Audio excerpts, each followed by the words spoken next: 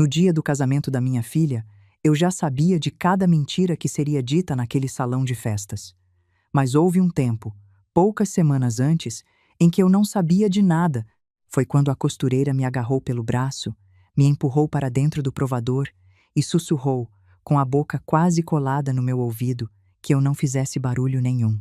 E foi ali, escondida atrás de uma cortina pesada, dentro do ateliê que era meu, embora fosse a Lucia quem comandasse a costura naquele lugar, que a minha vida virou de cabeça para baixo. A mão dela tremia tanto que eu entendi, antes de qualquer palavra, que alguma coisa horrível estava prestes a atravessar aquela porta. "Sua filha vem aí com o noivo", ela disse, quase sem voz. "Eles acham que eu saí para almoçar. A senhora precisa ouvir. Se sair agora, eles vão sorrir e mentir na sua cara. Atrás dessa cortina, eles vão falar a verdade." Eu ia responder que não sou mulher de me esconder, que qualquer assunto sobre a minha filha eu resolvo olhando no olho, de frente, como sempre resolvi tudo na vida. Mas tinha no rosto da Lucia um pavor que não deixava espaço para orgulho. Era o medo de quem já tinha ouvido alguma coisa que não conseguia mais desouvir. Então, eu fiquei. E eu, que enfrentei homem grande em sala de reunião sem piscar, que negociei com banco, com fiscal, com concorrente de faca no dente, fiquei tremendo atrás de um pedaço de tecido, como uma menina pega na travessura. O provador era apertado, cheirava a tecido novo e a alfinete. Pela fresta da cortina pesada, eu enxergava só um pedaço do ateliê, o manequim, a mesa de corte, a luz da tarde entrando pela janela. O meu coração batia tão forte que eu tinha medo de que ele me entregasse. A Lucia me empurrou mais para o fundo e ficou na frente, fingindo arrumar uns rolos de pano. E nós duas esperamos, no silêncio mais comprido da minha vida, o som dos passos que iam mudar tudo. A porta abriu pouco depois. Eu reconheci primeiro o som do salto da Eugênia. É um som que eu conheço desde a adolescência dela. Depois veio a voz do noivo. Só que não era a voz mansa do genro perfeito que ele me mostrava havia meses. "Os documentos têm que estar prontos até segunda-feira", ele disse. "Procuração geral, administração das contas, autorização sobre os imóveis, controle da empresa." Aquilo entrou no provador como uma lâmina fina, dessas que cortam antes da gente sentir. A minha filha respondeu impaciente. "Eu já falei com ela, mas mamãe insiste que o advogado precisa revisar tudo. Você sabe como ela é. Desconfia até de Sombra." E ele, seco: "Então você chora. Faz aquela voz de filha preocupada. Você sabe fazer isso desde criança." Houve um silêncio curto. Aí Eugênia soltou um riso baixo, sem alegria, e disse: "Estou cansada de fazer esse papel, o de filha boazinha, a filha grata. Ela me conta as histórias dela sobre caminhão, dívida, noite sem dormir, como se eu tivesse pedido para nascer." Eu apoiei a mão na parede. "Repare numa coisa. Até ali, eu ainda tinha uma esperança boba de que fosse o noivo manipulando a minha menina. Mãe, é assim. A gente fabrica desculpa para o filho mais rápido do que advogado caro." Mas então ele continuou e tirou a última desculpa da minha mão. "Se ela assinar, em um mês a gente liquida o que for fácil e some daqui. E se ela resistir, entra a história do declínio. Ela tem 73 anos. Ninguém vai estranhar se uma mulher dessa idade começar a confundir data, nome, remédio. Tem uma casa de repouso afastada, discreta. Família rica adora. Deixa o velho lá, paga caro e para de visitar depois do segundo mês." Eu segurei a respiração, esperando a minha filha se horrorizar, esperando ela dizer que não, esperando ainda existir alguma menina dentro daquela mulher. Mas a Eugenia só suspirou e disse a frase que partiu a minha vida em duas. "Eu não nasci para passar os meus melhores anos cuidando de uma velha rica que acha que pagar as minhas contas foi amor." Eu esqueci até como se respira. Sabe aquele tipo de dor que não é no peito, é no chão? Como se o piso debaixo dos teus pés sumisse e você continuasse de pé só por teimosia? Foi isso, a minha filha, a mesma que eu embalei com febre, a mesma por quem eu atravessei madrugada, tinha acabado de dizer que cuidar de mim era desperdício dos melhores anos dela. E não acabou ali. "E a imprensa?" perguntou a Eugênia, do outro lado do pano. O Pablo riu. Que imprensa? A sua mãe não é cantora. É uma velha empresária de Porto. Vão comentar 2 semanas. Depois a próxima fofoca engole tudo. Houve um barulho de cabide, de tecido sendo mexido. E a minha filha comentou, leve, como quem fala de um detalhe sem importância.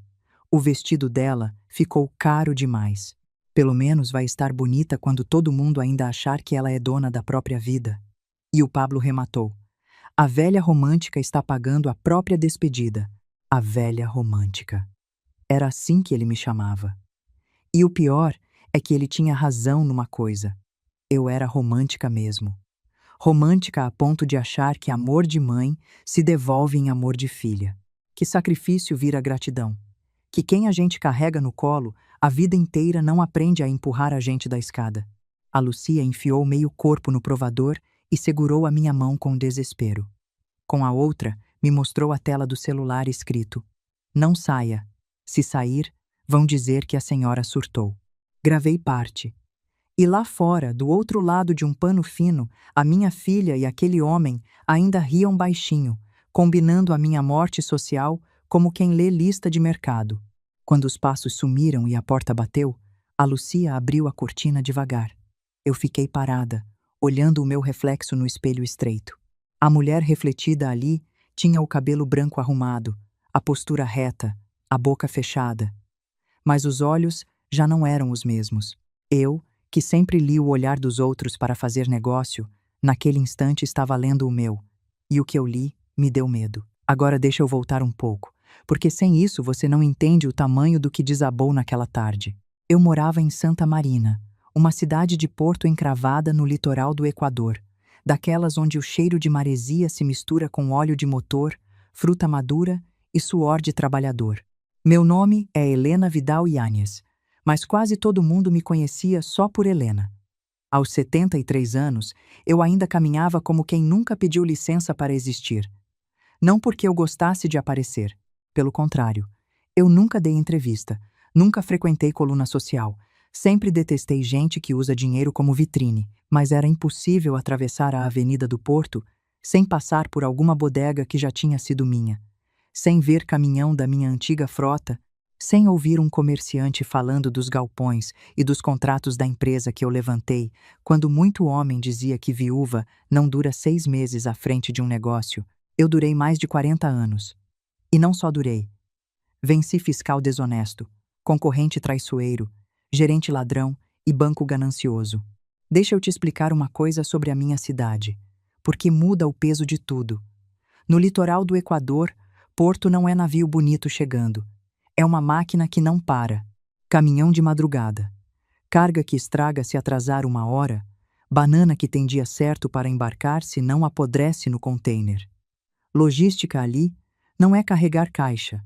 É coordenar rota, prazo, alfândega, frio, gente. Eu aprendi isso no tapa, sozinha, num mundo de homem que ria de saia. Mas se você me perguntasse qual era a minha maior obra, eu não falaria da empresa. Eu falaria da Eugênia, a minha única filha. Ela tinha 5 anos quando o pai morreu. No cemitério, pequena demais para entender a palavra morte, agarrou a barra do meu vestido preto e perguntou: ele volta quando, mamãe? Eu não soube responder. Apenas me ajoelhei, segurei aquele rostinho molhado e fiz uma promessa que carreguei como uma cruz pelo resto da vida. A minha filha nunca ficaria desamparada. Nunca. Naquele dia, eu ainda não sabia, mas uma promessa feita por amor também pode virar uma cela.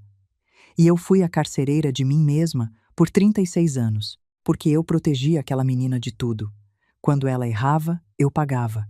Quando caía, eu estendia a mão antes que ela sentisse a dor do chão.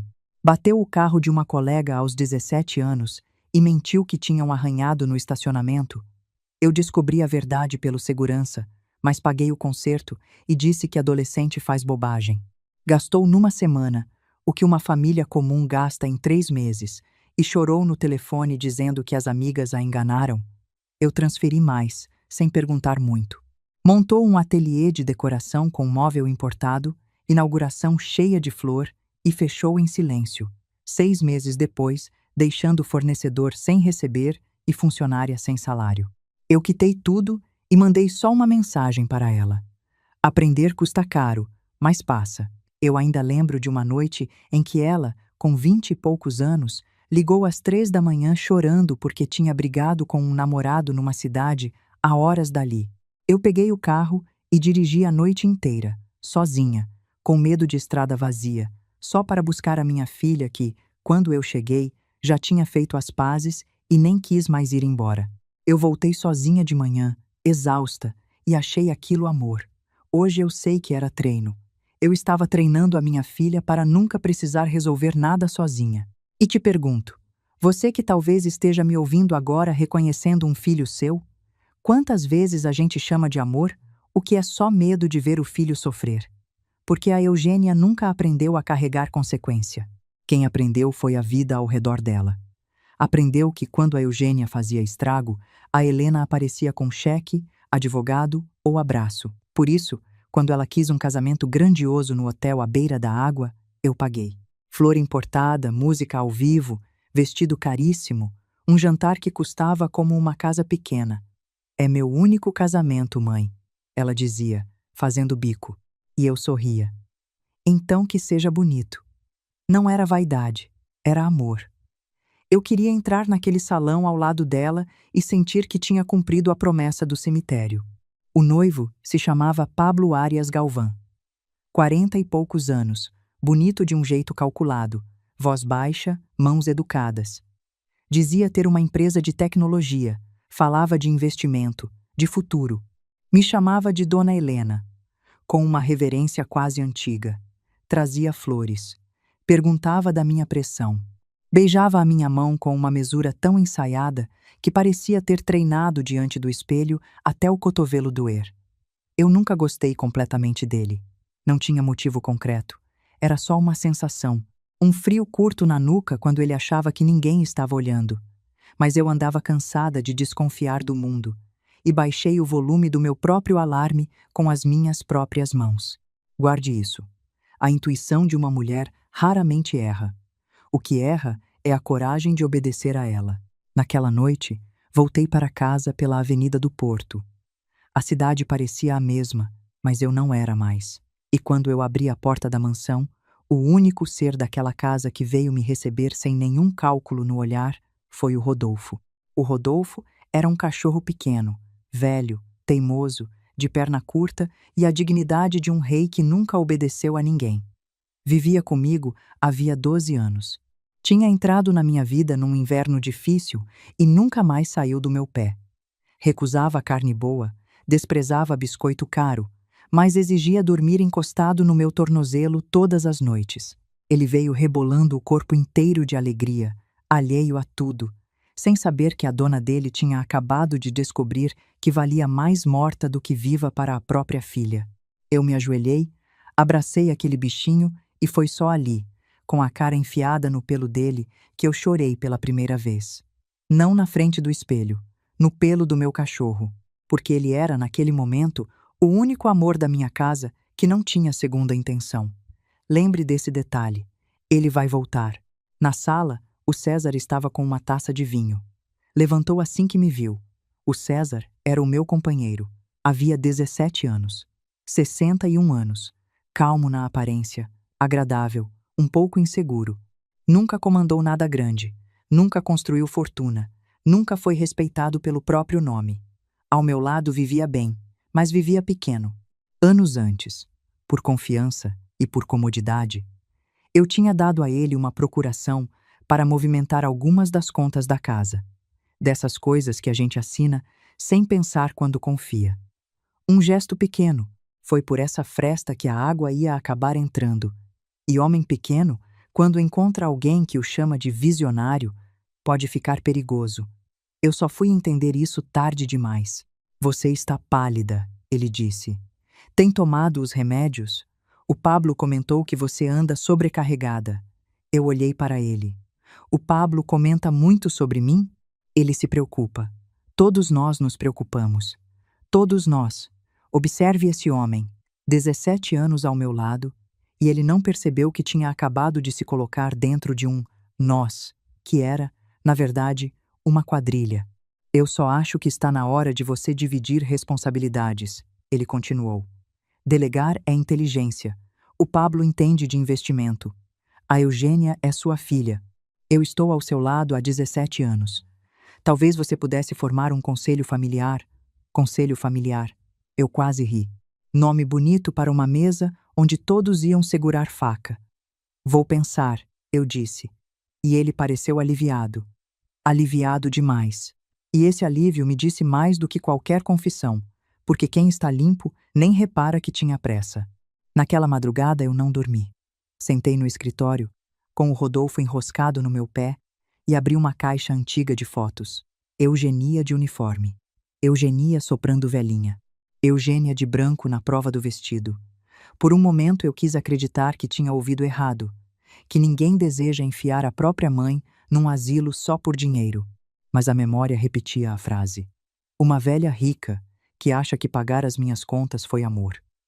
E eu entendi, ali, a lição mais dura da minha vida de mãe. Amar sem medida não é amar melhor. É só amar com medo. E medo, minha gente, sempre cobra juros. Eu não eduquei uma filha para caminhar. Eduquei uma filha para acreditar que o chão sempre seria colocado debaixo dos pés dela antes da queda. Mas chorar a noite inteira nunca devolveu um centavo a ninguém. Então, antes de o sol nascer, eu peguei o telefone e procurei um número que eu não usava havia anos. Quando a chamada completou, eu falei: Matel, é a Helena. Preciso que você investigue Pablo. Dívida, mulher, empresa, documento, nome falso, processo, tudo. Não quero resumo. Quero a vida dele aberta na minha mesa antes do sol nascer. Do outro lado, o Mateu Castanheda ficou um instante em silêncio. É grave?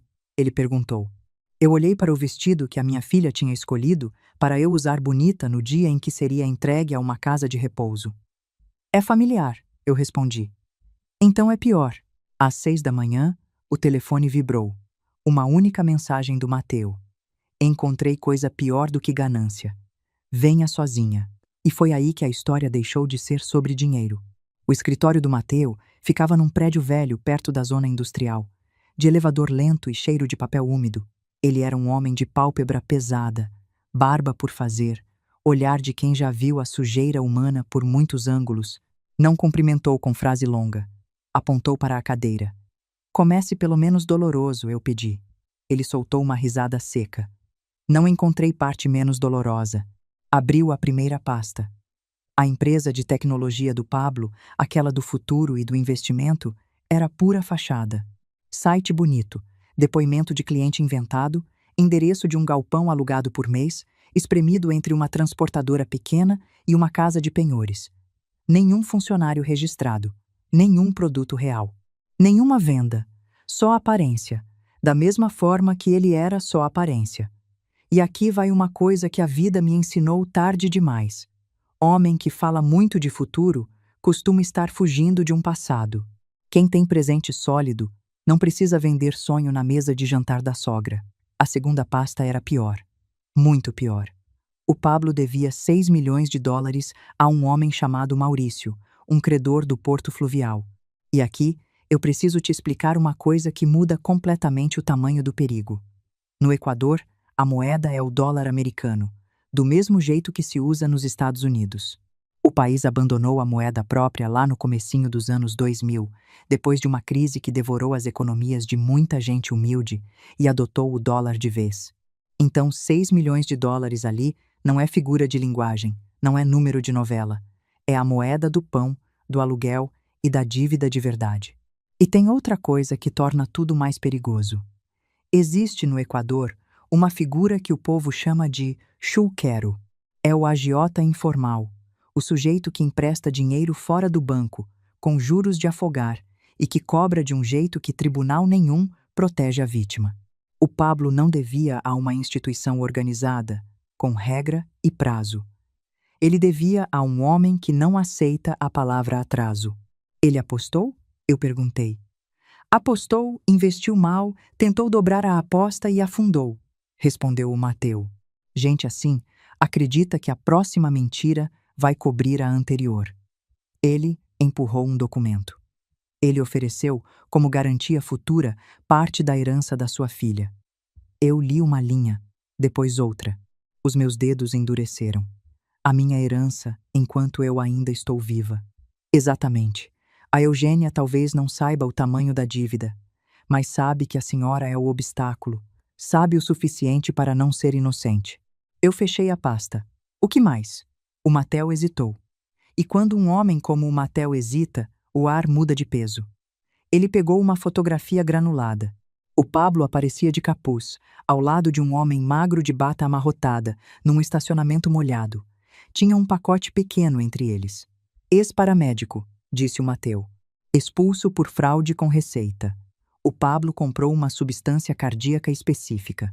Numa pessoa jovem, talvez desse tempo de socorrer. Em alguém de 73 anos, com histórico de pressão e uma crise no coração 3 anos atrás. Ele não terminou. Não precisava. Eu senti a sala inclinar. Segurei na beirada da mesa do Mateu, do mesmo jeito que tinha segurado na parede do provador. Até aquele instante, a traição tinha nome de dinheiro, de asilo, de humilhação. Eu já tinha digerido a ideia de me roubarem, de me trancarem, de me chamarem de louca. Mas agora tinha outra palavra na mesa, e essa eu não tinha como digerir. Morte. Ele pretende me matar, eu disse, e a minha própria voz me assustou de tão calma. Helena, isso agora é polícia, falou o Mateu, batendo os dedos na mesa. A senhora liga, entrega tudo, e em 2 dias ele está numa cela. Ainda não. Ainda não? Você está ouvindo o que eu estou dizendo? Esse homem comprou veneno. Estou ouvindo. E é justamente por isso que ainda não. Preste atenção no meu raciocínio, porque foi a única coisa que me manteve viva. Se eu entregasse naquele momento, o que aconteceria? O Pablo diria que comprou remédio para a saúde do próprio pai. A Eugênia choraria na frente da polícia e juraria que a mãe andava paranoica. O César confirmaria que eu vivia confusa, esquecendo o nome, derrubando coisa. Um advogado caro pegaria tudo isso e transformaria numa única frase, uma velha rica e assustada, querendo atenção. Em 3 dias, ele estaria na rua.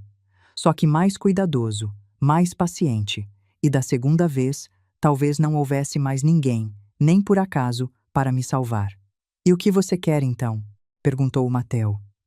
Eu olhei para aquelas fotos espalhadas, para o rosto bonito e calculado daquele homem.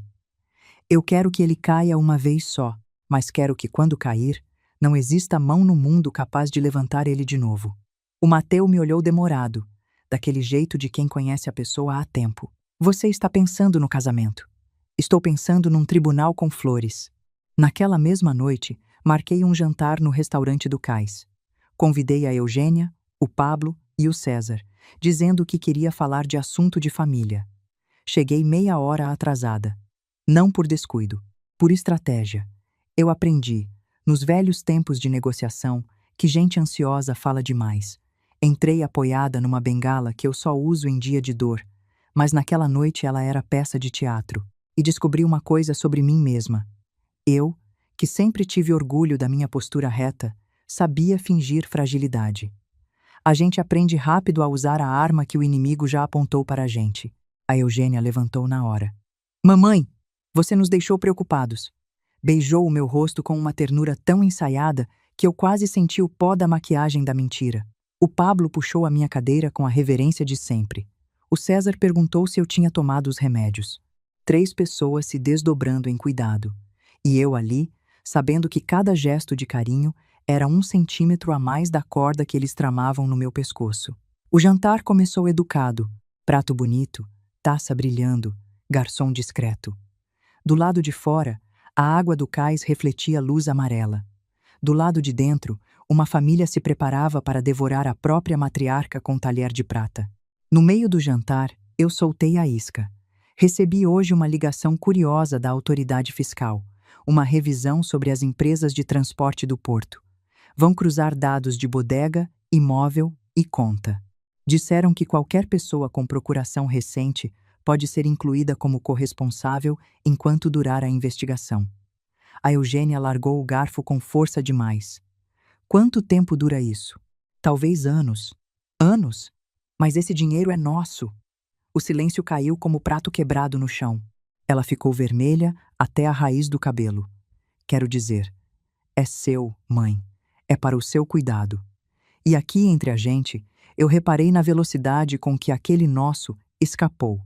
A verdade quase sempre escapa pela pressa. Quem ensaia mentira erra na palavra mais sincera. O César aproveitou o gancho.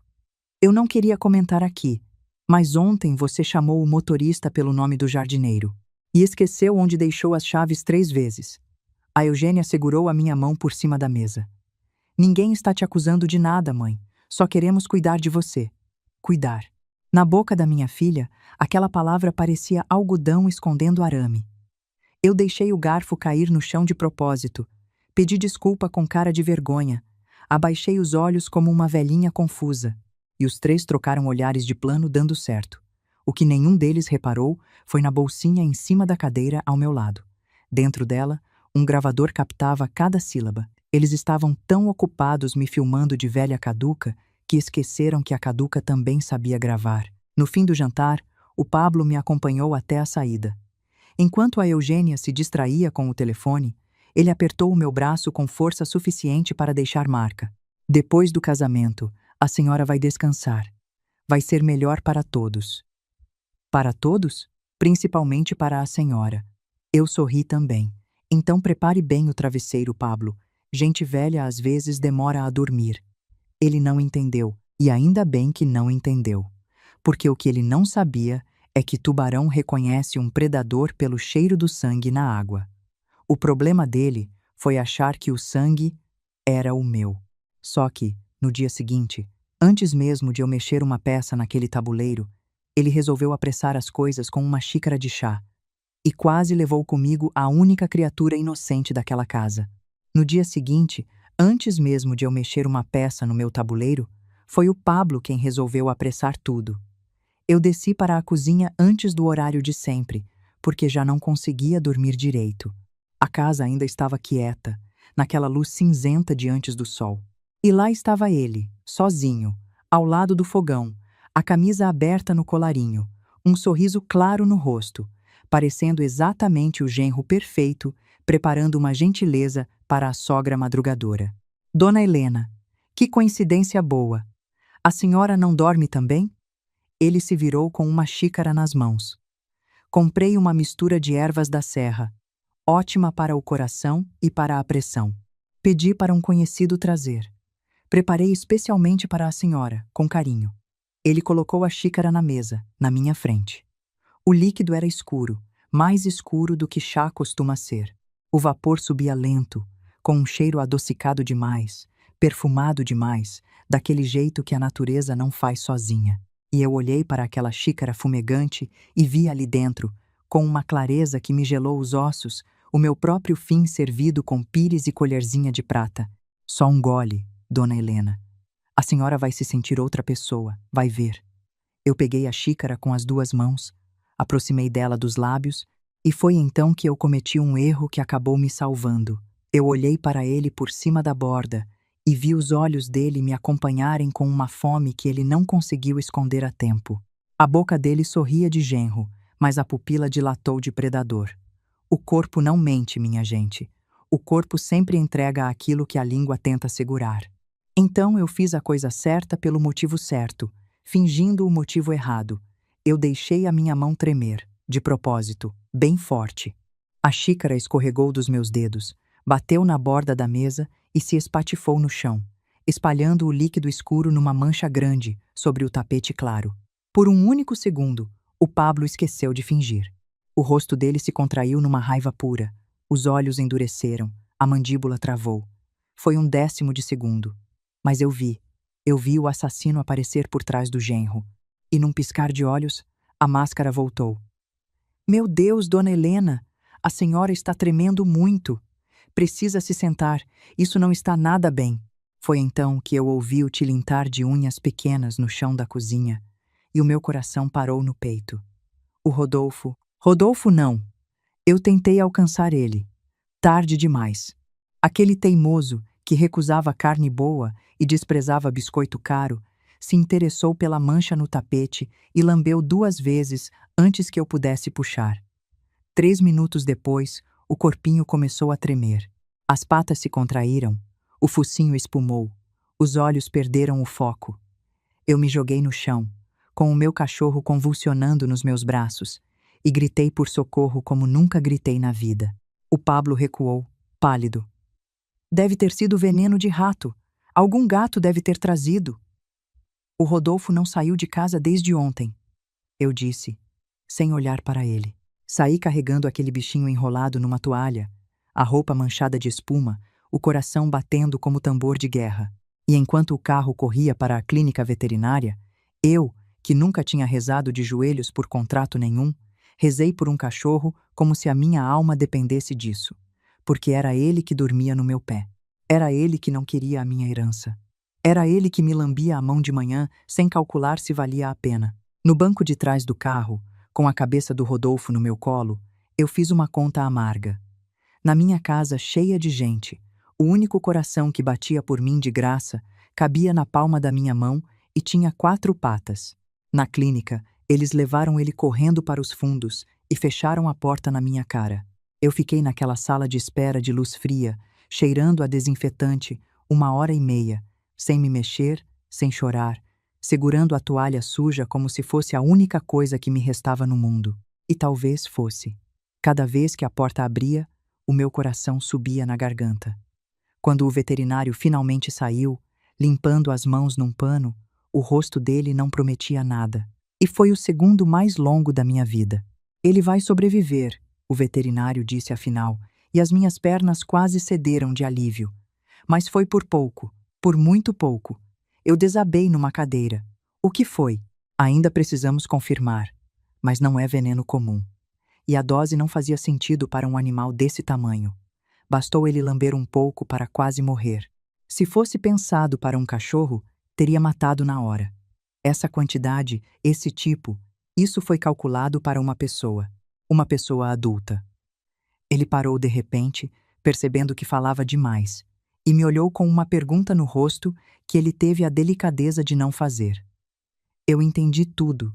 Se eu tivesse bebido aquela xícara, estaria no chão da minha cozinha convulsionando, enquanto o Pablo gritava por socorro de mentira e a Eugênia derramava lágrima útil.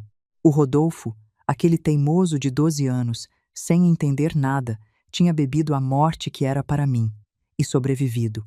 Foi a testemunha mais honesta da minha casa. Eu saí daquela clínica com as mãos tremendo, mas não de medo, de decisão. E aqui vai um aviso que é para você, não para o vilão da minha história. Se você desconfia que alguém perto de você quer te fazer mal, a primeira coisa a proteger é o que entra no seu corpo: comida, bebida, remédio. Quando uma pessoa que nunca foi gentil de repente fica generosa com o que você bebe, isso é um sinal, não um presente. Naquela noite, encontrei o meu advogado numa cafeteria de estrada, longe dos olhos da cidade. O Leon Valverde era o meu advogado havia décadas. Magro, sério, de poucas palavras, daqueles que não desperdiçam nem vírgula. Ele chegou antes de mim, já com um café preto esfriando na frente, e colocou 2 pastas de couro idênticas sobre a mesa. Esta, ele disse, tocando a primeira, é o pacote que o Pablo espera conseguir da senhora. Procuração geral, administração das contas, acesso bancário total, poder para vender imóvel. Eu toquei a capa de couro como quem toca uma cobra adormecida. E a segunda, por fora, idêntica. Mesmo couro, mesma cor, mesma espessura. Por dentro, é outra coisa. Declaração de pressão indevida, registro de tentativa de coação e cláusulas que tornam qualquer transferência feita sob esses termos automaticamente suspeita e contestável. Eles vão ler antes de me empurrar a caneta? O Leon olhou para mim por cima dos óculos, com aquele meio sorriso de quem já viu muita gananciosa cair. Helena, gente faminta raramente lê o prato, engole. E aqui, eu preciso te explicar o terreno em que eu estava pisando, porque sem isso você não entende o tamanho do risco. Quando uma família decide tomar o controle da vida de uma pessoa idosa, o caminho tem nome jurídico. Em muitos países, chamam de tutela, curatela ou declaração de incapacidade. No fundo, é convencer um juiz de que aquela pessoa não consegue mais decidir sozinha sobre a própria vida e o próprio dinheiro. No Brasil, isso se chama interdição ou curatela e existe por um motivo nobre: proteger quem de verdade já não tem condições, o doente grave, a pessoa que perdeu a lucidez. No Equador, o caminho equivalente também passa por convencer um juiz de que alguém não consegue mais gerir a própria vida. Mas o problema, em qualquer canto do mundo, é sempre o mesmo. A ferramenta que foi criada para amparar o vulnerável é exatamente a mesma que o golpista usa para fabricar um vulnerável onde não existe. A diferença entre o amparo e o sequestro de uma vida está só na intenção de quem assina o pedido, e a intenção, graças a Deus, quase sempre deixa rastro no caminho. O Leon ainda me avisou, sério: Helena, se a Eugenia participar de um pedido de interdição contra você sem base médica real, ela deixa de ser apenas uma filha ingrata aos olhos da lei. Ela vira parte de um processo criminal. Você entende o que isso significa? A palavra processo doeu menos do que a palavra filha.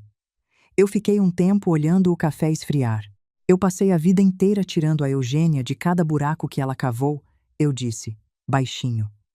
Talvez seja exatamente por isso que ela nunca aprendeu a olhar onde pisa. E agora? Perguntou o Leon. Agora ela vai cair. E pela primeira vez em 36 anos, Leon, eu não vou colocar a almofada no fundo do buraco. 2 dias depois, eu encenei a minha queda. E olha, foi a atuação mais difícil da minha vida, porque ia contra tudo o que eu sempre fui.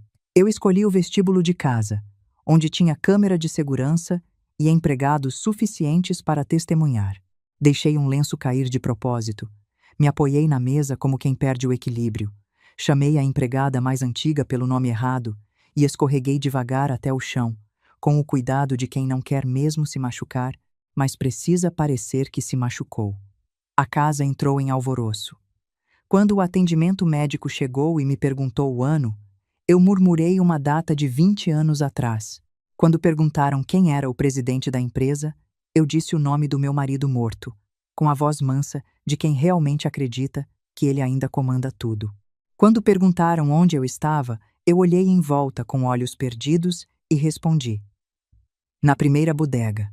A médica anotou tudo e olhou para a equipe com aquela preocupação que eu precisava que ela tivesse. E eu, por dentro, lúcida como nunca estive na vida, pensei comigo mesma: que atriz desperdiçada eu fui todos esses anos administrando caminhão e planilha. 1 hora depois, a Eugênia e o Pablo chegaram. A minha filha entrou chorando ou tentando, mas eu vi. Ela não olhou primeiro para o meu rosto. Olhou para o Pablo, como quem pergunta. Agora, esse olhar de soslaio buscando autorização foi a coisa mais triste que eu vi na vida, mais triste que o veneno, porque mostrou que a minha menina já não tinha vontade própria, tinha dono. O Pablo trouxe a pasta. É só uma formalidade médica, dona Helena, para proteger conta e impedir que terceiros se aproveitem. Terceiros. Eu, deitada, quase quis rir. O único terceiro naquela casa era ele. E então, a Eugênia sentou na beirada da cama, segurou a minha mão e me deu a chance de misericórdia que eu não esperava. Ela ficou um tempo olhando as minhas mãos em silêncio, como se procurasse coragem. Você me odeia, mãe? Ela perguntou de repente. Eu senti o peito apertar. Por que eu odiaria você? Não sei. Às vezes acho que você me olha como se eu fosse uma decepção. E ali, minha gente, eu vacilei. Vou ser honesta com você, porque essa história não tem sentido se eu mentir agora. Por 2 segundos, eu quis esquecer tudo. Quis acreditar que a menina do cemitério ainda estava ali dentro, perdida, assustada, arrastada por um homem mau.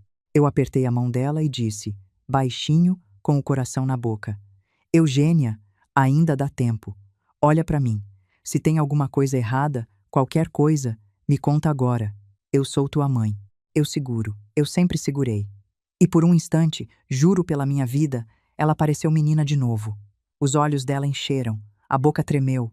A mão dela apertou a minha de volta, fraquinho, do jeito que apertava quando tinha 5 anos e via trovão pela janela. Eu vi a fresta se abrir. Vi a minha filha quase do outro lado, quase voltando, quase dizendo. E sabe o que é mais cruel de tudo isso? Naquele segundo, eu já tinha perdoado. Tudo. O asilo, os documentos, a frase no provador. Se ela tivesse dito uma palavra verdadeira ali, uma só, eu teria rasgado todas as gravações e levado a minha filha para casa pela mão. Porque é isso que mãe é. Mãe é a pessoa que perdoa antes mesmo de receber o pedido de desculpa. Aí o telefone dela vibrou. Era a mensagem do Pablo. Ela leu, e eu acompanhei, em tempo real, a fresta se fechar diante dos meus olhos. Os ombros endureceram, o queixo travou. A ternura escorreu do rosto dela como água num ralo. A menina de 5 anos sumiu, e no lugar voltou a mulher de 36 que tinha rido baixinho no meu ateliê. A única coisa errada, mãe, é que você nunca confia em ninguém, nem em mim. E foi ali, naquele exato segundo, que eu entendi a coisa mais dura de aceitar. A minha filha não tinha sido roubada por um homem. Ela tinha escolhido, e continuava escolhendo, de novo e de novo, mesmo com a porta aberta, mesmo com a minha mão estendida. Porque a escolha mais cruel não é a primeira, feita no susto. É a que a pessoa faz depois, com calma, quando você já ofereceu o colo de volta e ela prefere o veneno do outro. O Pablo colocou a caneta na minha mão. Não consigo com a direita. Eu fingi, fraca. Ele não hesitou. Com a esquerda, então, a senhora consegue. Eu assinei torto, devagar. E cada tremida daquela letra era um prego que eu cravava no caixão dele sem ele saber. Porque uma mulher destra, que assinou milhares de documentos a vida inteira com a mão direita, assinando trêmula com a esquerda, sem testemunha independente, sob a caneta do genro, é a prova mais limpa de que ali não havia consentimento. Havia caça. Quando eles saíram comemorando, eu me sentei na cama. A enfermeira quase deixou cair o copo. Chame o Dr. Leon, eu disse. Avise que eu não estou confusa, só estou cansada de ser tratada como morta antes da hora. Mas faltava ainda uma camada de podridão que eu não imaginava. Na madrugada seguinte, eu estava dentro do meu carro, parada perto do rio, com um fone no ouvido. O Mateu tinha colocado uma escuta no carro do Pablo. Eu nem perguntei como. Naquela altura, a moralidade já não era uma sala limpa e iluminada. Era um corredor estreito, cheio de fumaça, onde eu tateava as paredes tentando não morrer. Pelo fone, ouvi o Pablo falando com uma mulher, num tom que eu nunca tinha escutado dele. Íntimo, verdadeiro, o tom que ele nunca usou comigo nem com a minha filha. A velha assinou, ele disse. A mulher riu baixinho, satisfeita. Então acabou? Quase. Ela ainda respira. Eu apertei o volante com as 2 mãos. Quanto tempo? Perguntou a mulher. E ele respondeu, calculando como quem fala de prazo de entrega de mercadoria. Com a combinação certa, talvez ela nem chegue ao fim da festa. Se chegar ao banquete, estará com o médico ou no necrotério antes da sobremesa. A mulher se chamava Juana Salcedo. O Mateu confirmaria no dia seguinte. Esposa legal do Pablo, casada com ele numa outra cidade havia anos, registro ainda válido. Nunca houve divórcio.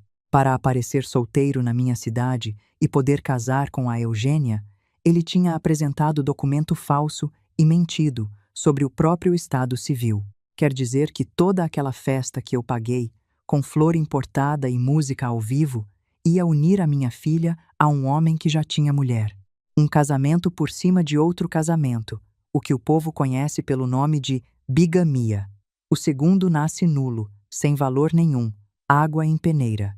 Mas o que ia prender mesmo aquele homem não era a palavra bonita. Era o documento falsificado e a mentira assinada num cartório. Isso sim, em qualquer lugar do mundo, é crime que leva gente para trás das grades. Eu, que tinha medo de não ter prova suficiente, de repente estava afogada em prova. Mas a conversa ainda tinha veneno para derramar, e o pior ainda estava por vir. E a noiva? Perguntou a Joana, com um desprezo divertido. O Pablo soltou um som de quem cospe. A Eugênia? Pelo amor de Deus. Grudenta, vazia, desesperada para provar que ainda é jovem.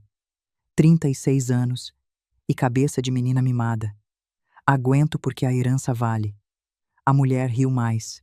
E se ela descobrir tudo? Não vai. E se tentar bancar a esperta, eu tenho com o que segurar ela. Câmera no quarto, no closet, no apartamento inteiro. Eu mostro para a cidade o que uma dama de Santa Marina faz quando acha que está sozinha e ela nunca mais levanta a cabeça. Eu tirei o fone do ouvido. Não porque não aguentasse ouvir mais sobre o Pablo. Aguentava. Sobre ele eu já tinha calejado o coração.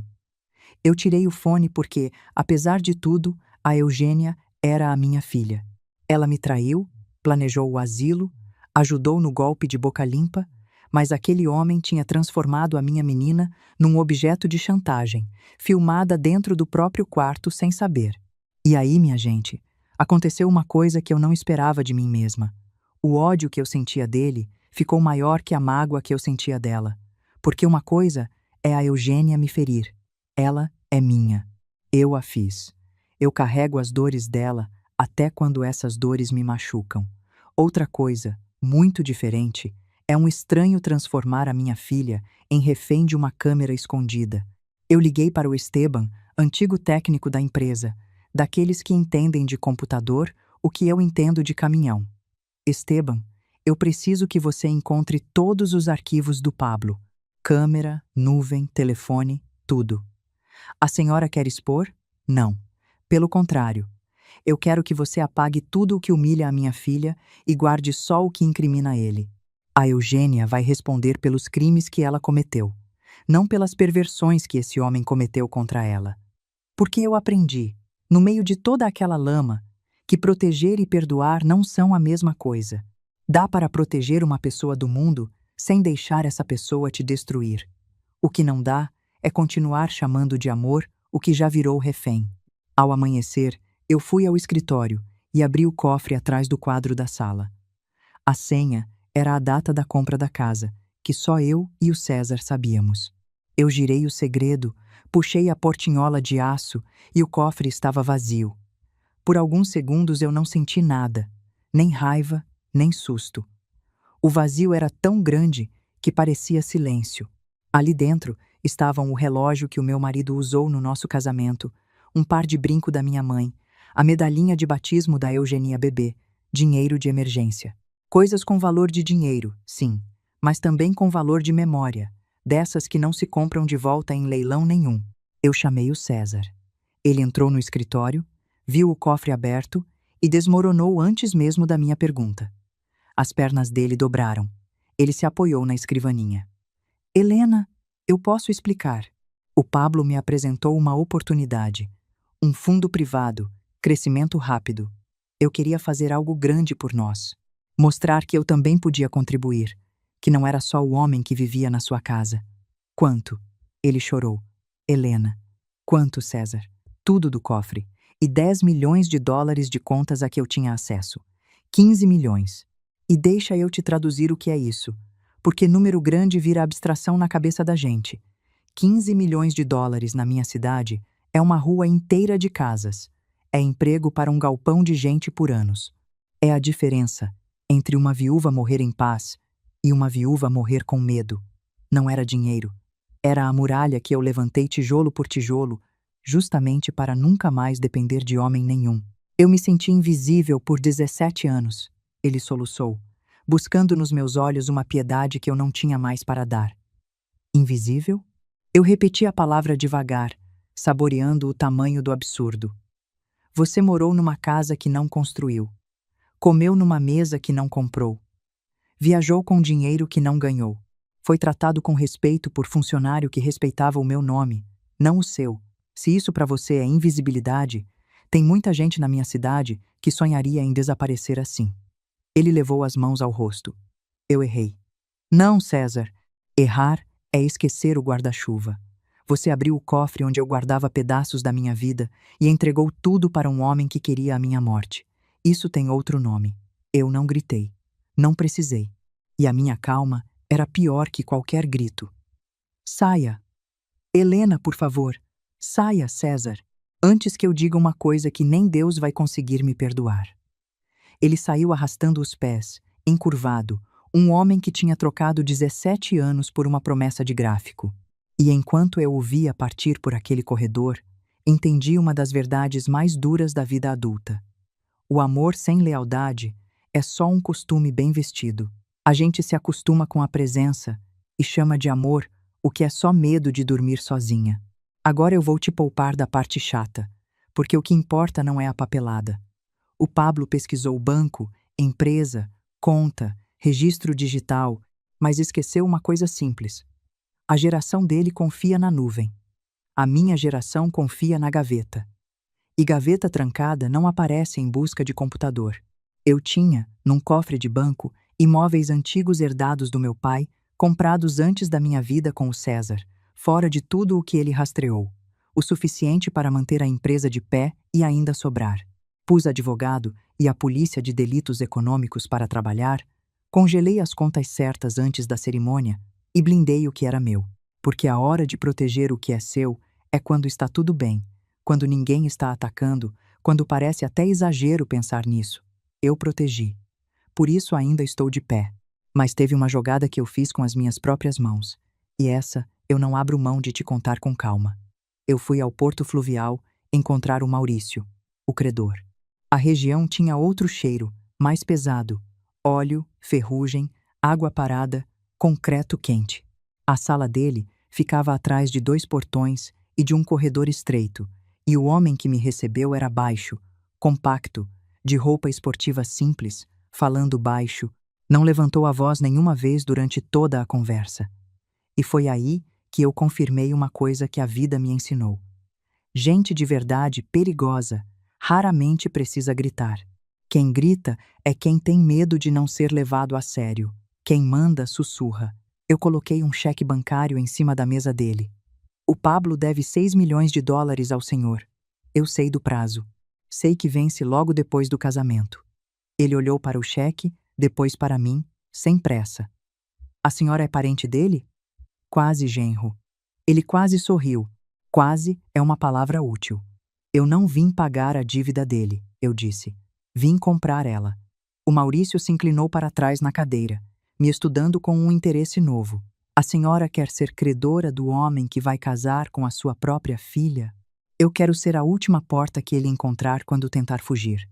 Ele me olhou mais um tempo, e depois abriu uma gaveta e tirou os papéis. Ele me ofereceu como garantia uma herança futura. Disse que a sogra estava velha, doente, quase fora do jogo. Eu sei o que ele disse, respondi, assinando os documentos de cessão sem o pulso tremer. Aquele papel de dívida que passa de mão em mão tem um nome técnico no comércio do litoral. Chamam de pagaré.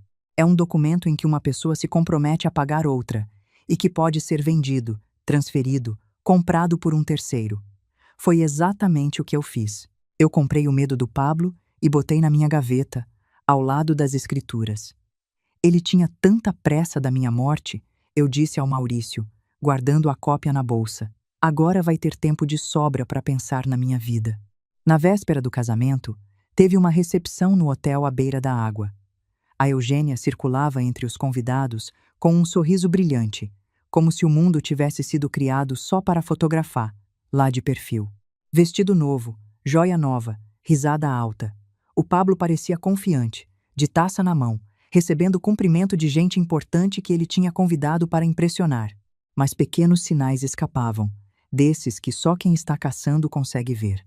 Um cartão de crédito recusado na barra e o disfarce rápido de pagar com outro.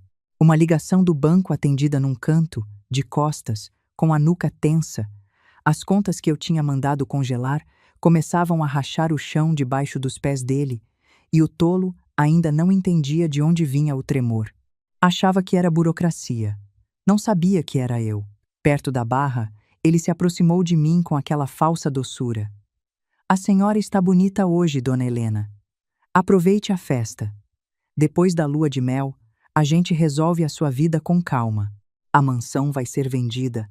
É grande demais para a senhora. A senhora vai para um lugar tranquilo, com enfermeiro, ar puro. E então ele se inclinou, colou a boca no meu ouvido e falou baixo, só para mim. Velho precisa entender a hora de sair de cena, quando já está só atrapalhando. Depois, afastou o rosto, sorriu para os convidados como genro exemplar e me deu 2 palmadinhas no rosto. Leves o bastante para parecer carinho de longe, fortes o bastante para humilhar de perto. A minha pele ardeu.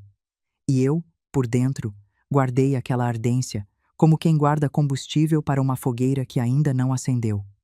Sorri de volta para ele, porque a essa altura, meu querido, o meu sorriso já não era de fraqueza, era de contagem regressiva. Logo depois, a Eugênia me puxou de lado e ajeitou a gola do meu vestido com uma impaciência que machucava mais que o tapa do Pablo.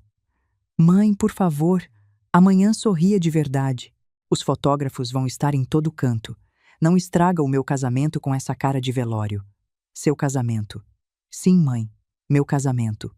Pela primeira vez na vida, uma coisa é sobre mim, e não sobre a empresa, sobre o porto, sobre as suas histórias de caminhão. Eu quase perguntei quando, em 36 anos, alguma coisa naquela casa não tinha sido sobre ela.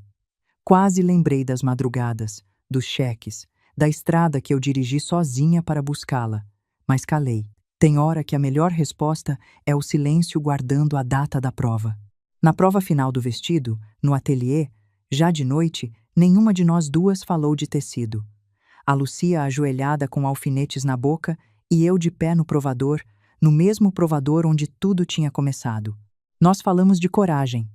A senhora vai conseguir mesmo subir naquele microfone amanhã? Ela perguntou, sem me olhar, fingindo concentração na barra do vestido. Não sei, eu respondi com sinceridade. As minhas pernas tremem só de pensar. Então por que vai? Eu olhei o meu reflexo no espelho estreito, o mesmo reflexo que tinha me assustado semanas antes. Porque se eu não subir, Lucia, eu passo o resto da vida dentro deste provador. Escondida atrás de uma cortina, ouvindo a minha filha me chamar de peso, sem nunca ter respondido. A Lucia parou de costurar e me olhou de baixo. A senhora não está mais lá atrás daquela cortina. Estou, eu disse. Uma parte de mim ficou. E amanhã, quando todo aquele salão ouvir o que eu ouvi, talvez essa parte de mim consiga finalmente sair de trás do pano e ir embora em paz. Na manhã da cerimônia, a Eugênia me mandou uma mensagem. Não se atrase. E não esquece o remédio. Não quero susto no meu dia. Não nosso dia. Não, você está bem? Era meu dia. Até o medo da minha morte era inconveniente de agenda. Eu coloquei no pescoço um colar antigo, presente do meu marido morto, a única joia que eles não conseguiram roubar porque estava guardada no forro de uma velha caixa de costura. Toquei o pingente e pedi ao homem que já tinha partido. Fica comigo hoje, só para eu não tremer quando chegar a hora. No dia do casamento, o salão recebeu 300 convidados. Flor natural, vela, lustre enorme e telão mostrando foto do casal. A Eugênia surgiu com um vestido tão caro que qualquer pessoa comum teria medo de respirar perto. O Pablo sorria como vencedor. A cerimônia civil já tinha sido feita numa sala reservada antes da festa. Para os convidados, aquela celebração era a confirmação pública de uma união. Para mim, era a hora de abrir o caixão onde tentaram me colocar. Espalhados pelo salão, os meus aliados eram peças de um tabuleiro que só eu enxergava. A Lucia num canto, o Mateu perto da coluna, o Leon conversando com um empresário, o Esteban fingindo ser parente distante, e 2 agentes da polícia econômica misturados entre os convidados, de taça na mão. O tribunal estava montado.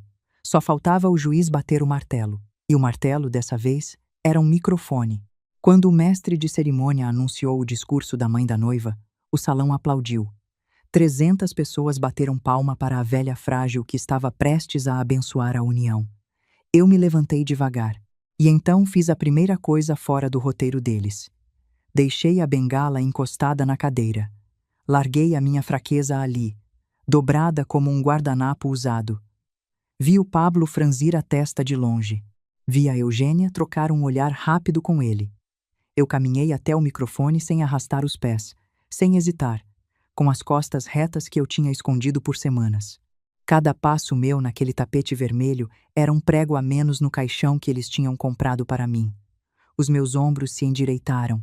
A minha mandíbula relaxou. É a postura de quem já venceu e está só esperando o outro perceber. Eu peguei o microfone. A minha mão não tremeu. Olhei para a minha filha, linda no vestido branco, e por um segundo só existíamos nós duas naquele salão.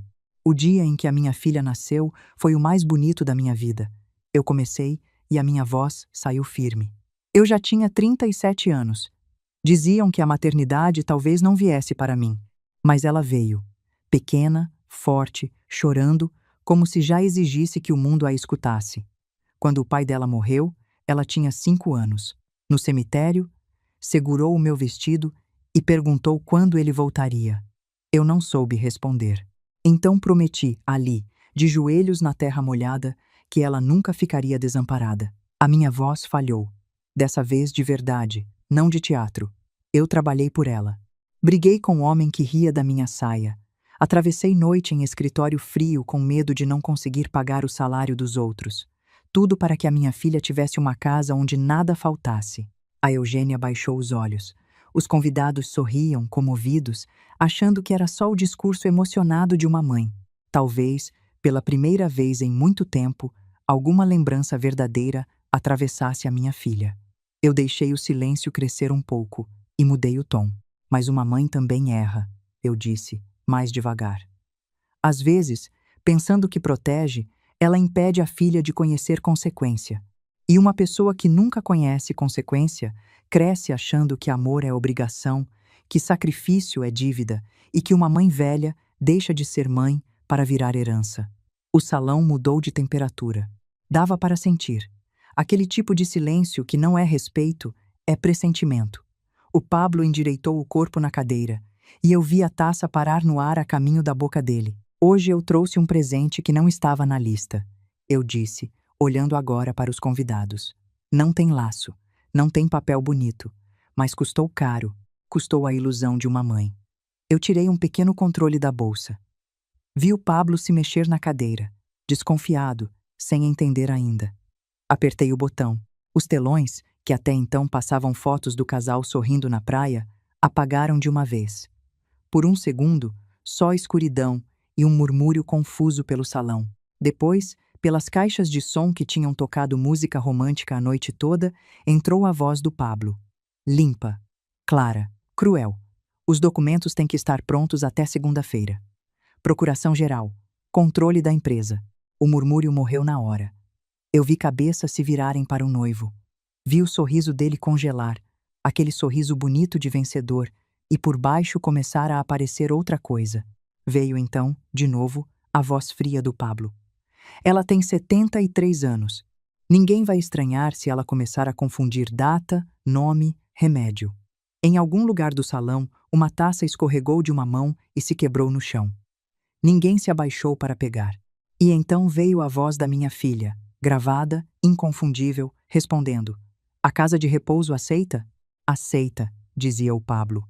Família rica deixa o velho lá, paga caro e para de visitar depois do segundo mês. E então, no meio daquele silêncio de igreja, a frase da minha filha encheu o salão inteiro, sem defesa, sem perdão. Eu não nasci para passar os meus melhores anos cuidando de uma velha rica que acha que pagar as minhas contas foi amor. O rosto da noiva perdeu a cor de um jeito que eu nunca tinha visto. Foi como ver tinta escorrer de um quadro. O César levou a mão à boca e afundou na cadeira. E o Pablo, esse, levantou de um salto, derrubando a própria taça. Isso é montagem, ele gritou, a voz subindo uma oitava. Isso é coisa de uma velha louca. Eu não olhei para ele. Não dei a ele a honra de um olhar. Apenas apertei o botão de novo. E agora a voz que encheu o salão era a dele, gravada dentro do próprio carro, falando com outra mulher. Com a combinação certa, talvez ela nem chegue ao fim da festa. Estará com o médico ou no necrotério antes da sobremesa. O salão inteiro congelou. Eu vi, em câmera lenta, o horror se espalhar de mesa em mesa, como uma onda.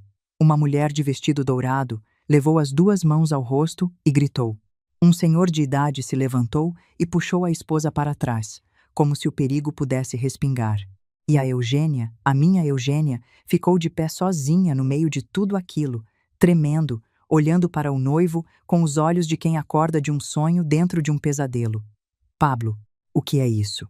Que necrotério! Mas a gravação seguinte não deu a ela nem o consolo de ser amada pelo cúmplice. A voz dele continuou, agora sobre ela. A Eugênia, grudenta, vazia, desesperada para provar que ainda é jovem. Aguento porque a herança vale. A minha filha levou a mão ao peito como se tivesse levado um tiro de verdade, e talvez tivesse. Tem bala que não fura a pele, mas mata uma versão inteira da gente. O Pablo, desesperado, partiu para cima da cabine de som, derrubando uma mesa de doces no caminho. Desliga essa porcaria! Desliga! Ele berrava. O verniz de homem elegante desmanchado, o rosto vermelho, a gravata torta. A Lucia, sentada na ponta da primeira fila com a bolsa no colo, não mudou nem um músculo da expressão. Ficou ali, serena, como quem assiste a chuva pela janela. E quando o Pablo passou correndo bem rente a ela, a costureira simplesmente esticou a perna, devagar, com a naturalidade de quem espanta uma galinha do quintal. O Pablo enganchou o pé, perdeu o equilíbrio e foi de cara no chão de mármore. O baque ecoou no salão silencioso. Quando ele levantou a cabeça, tinha sangue escorrendo do queixo, e eu sei que não devia sentir o que senti. Mas vou ser honesta com você. A mesma mulher que costurou o vestido da minha humilhação foi a que derrubou o autor dela com uma perna esticada e um par de alfinetes ainda na lapela. Tem justiça que chega de toga e martelo. Aquela chegou de agulha, linha e dedal. O Esteban se levantou da mesa dos fundos, atravessou o salão em 4 passos e imobilizou o Pablo no chão, antes que ele pensasse em fugir. Foi quando as portas grandes do salão se abriram e os 2 agentes da Polícia Econômica, que tinham passado a noite inteira de taça na mão fingindo ser convidados, entraram com os documentos na mão. Eu voltei devagar para o microfone. A minha voz saiu calma, quase serena, como quem lê uma lista. Tentativa de fraude contra idoso. Coação. Plano de interdição fraudulenta. Compra de substância para envenenamento. Falsidade de estado civil. Uso de documento falso. A cada palavra, eu via o futuro dele encolher. O agente se aproximou com os papéis. Pablo Arias Galvão, o senhor está detido. Ele, já erguido e segurado pelos braços, virou para mim o rosto ensanguentado e ainda teve coragem de cuspir uma ameaça. Amanhã os meus advogados me tiram daqui, e quando eu sair, sua velha, eu volto. A gente ainda vai tomar aquele chá juntos. Eu caminhei até ele, devagar, sem bengala, com a cidade inteira me vendo andar firme. Cheguei perto o bastante para que só ele ouvisse o que eu tinha para dizer. Se você sair, Pablo, vai encontrar uma dívida de 6 milhões de dólares esperando na porta. Ele riu, nervoso, os olhos correndo. O Maurício não vai atrás de mim por causa da senhora. Não vai mesmo, eu disse. Porque você não deve mais ao Maurício. Eu comprei o seu pagaré. Agora você deve a mim. E eu, diferente dele, tenho toda a paciência do mundo para cobrar. Só que tenho muito menos perdão. Eu vi, em tempo real, toda a arrogância escorrer do rosto daquele homem. A ameaça morreu na garganta dele. Pela primeira vez, o Pablo entendeu que a velha que ele planejava enterrar não estava apenas viva. Estava de pé, lúcida e segurando, na palma da mão, a coleira dele. Quando o levaram, arrastado pelos agentes com o queixo sangrando e os sapatos italianos escorregando no mármore, a Eugênia caiu. Não desmaiou bonito, como atriz de novela. Caiu feio, de joelho, embolando o vestido caríssimo no chão, o véu torto, a maquiagem escorrendo. Os convidados se afastaram dela formando um círculo, e ninguém estendeu a mão. É curioso como a multidão que aplaude na entrada é a mesma que recua na queda. Mãe, ela soluçava, sem ar. Mãe, eu não sabia do veneno. Eu juro pela minha vida. Eu não sabia que ele queria te matar. Eu nunca quis isso, mãe. Nunca. E eu acreditei nela. E sabe o que é o mais cruel? Acreditar doeu mais do que se eu duvidasse, porque significava que tinha, sim, um crime que a minha filha não cometeu, mas tinha outro, do tamanho de uma catedral, que ela cometeu de boca limpa, de olho seco, de vestido branco. O crime de querer me enterrar viva num asilo para gastar mais rápido o que ainda não era dela. Eu me ajoelhei diante da minha filha, ali no meio do salão, na frente de 300 pessoas, e fiz o que toda mãe faz por reflexo. Toquei o cabelo dela, ajeitei uma mecha que tinha colado no rosto molhado, exatamente como eu fazia quando ela tinha 5 anos e acordava com pesadelo. Ela fechou os olhos com o meu toque. Por um segundo fomos só nós duas de novo. Você não sabia do veneno, eu disse, baixinho só para ela. Eu acredito em você, mas você sabia do asilo, sabia dos documentos. Você riu quando ele falou em me chamar de louca. Você disse, com essas palavras, que eu era uma velha rica que confundiu pagar as suas contas com amor. Você talvez não tenha tentado matar o meu corpo, Eugênia, mas tentou com método e com calma matar a minha dignidade. E isso, filha, também é um tipo de assassinato, só que ninguém vai preso por ele. A pena, quem paga, somos nós duas. Ela cobriu o rosto com as duas mãos. Eu errei muito, mãe. Eu sei, mas eu ainda sou sua filha. E essa frase, minha gente, quase me venceu de vez. Quase. Porque dentro de mim, naquele instante, duas mulheres travavam a última batalha. Uma queria pegar aquela menina caída pelo braço, levar para casa, dar um banho quente, botar na cama e dizer que amanhã a gente resolveria tudo, como sempre resolveu. A outra mulher, mais velha, mais cansada e infinitamente mais lúcida, sabia que toda aquela tragédia tinha nascido exatamente desse reflexo de salvar. Que cada vez que eu peguei a Eugênia pelo braço e tirei do buraco, eu ensinei a ela que buraco nenhum tem fundo, porque a mãe sempre aparece com a corda. E foi a segunda mulher que falou. Eu abri a bolsa, tirei uma quantia em dinheiro, o suficiente para um táxi e uma noite simples num lugar modesto, e coloquei sobre o vestido branco dela. Você tem 36 anos e queria a liberdade da sua mãe controladora. Então tome a sua liberdade.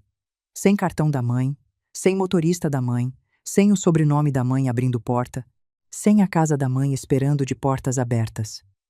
Ela agarrou a barra do meu vestido com as duas mãos, igualzinho à menina do cemitério, 31 anos depois, e aquele gesto me rasgou por dentro de um jeito que eu não desejo a mãe nenhuma. Para onde eu vou, mãe? Eu olhei para a Lucia, parada a alguns passos. Talvez a Lucia aceite você no ateliê, para lavar o chão, carregar tecido, varrer linha. Trabalho de verdade ajuda a cabeça a entender o que o luxo sempre escondeu de você. Eu sou sua filha, ela repetiu, agora num fio de voz. E eu sou sua mãe, respondi, me levantando devagar, porque ajoelhada eu já tinha ficado tempo demais na vida. Por isso mesmo, a partir de hoje, eu não vou mais fingir que te amar significa deixar você me destruir. O César ainda apareceu, pálido, paletó amarrotado. Helena, foram 17 anos. 17 anos não terminaram hoje, César. Terminaram no dia em que você abriu o meu cofre. Amor sem lealdade é costume bem vestido, e eu já tenho roupa demais. Antes de sair, eu ainda vi a Lucia se aproximar da minha filha caída. Não abraçou, nem humilhou. Se você aparecer amanhã cedo no ateliê, venha de sapato baixo, disse a costureira. O chão fica escorregadio quando a gente lava. A Eugênia ergueu os olhos, entre raiva e vergonha. Você está gostando disso? E a Lucia respondeu com uma serenidade que eu invejei. Não, menina, eu costuro vestido. Não gosto de ver ninguém rasgado, mas tem rasgo que só fecha quando a pessoa para de puxar o tecido. No estacionamento, ofereceram a limusine alugada. Eu recusei. Tragam o meu carro. Era um carro antigo, com uma cicatriz na lateral de uma batida de muitos anos antes, quando eu ainda visitava as rotas da empresa. Eu dispensei o motorista e peguei a estrada. Não voltei para a mansão. Santa Marina foi ficando para trás no retrovisor. Eu dirigi em silêncio e chorei sem soluçar. Aquele choro que escorre porque o corpo não consegue mais segurar. 2 horas depois, parei numa cafeteria de estrada e pedi chá. Quando a xícara chegou, fiquei olhando alguns segundos. Depois bebi, sem procurar amargor estranho no fundo. E você não imagina o que é uma mulher voltar a beber uma xícara de chá sem medo. É pouca coisa, e é tudo. O telefone vibrou. Mensagem do Leon. Ativos protegidos. Pablo detido. Contas bloqueadas. E logo abaixo, a linha que me fez sorrir pela primeira vez naquele dia. O Rodolfo recebeu alta. Está te esperando. Eu acelerei.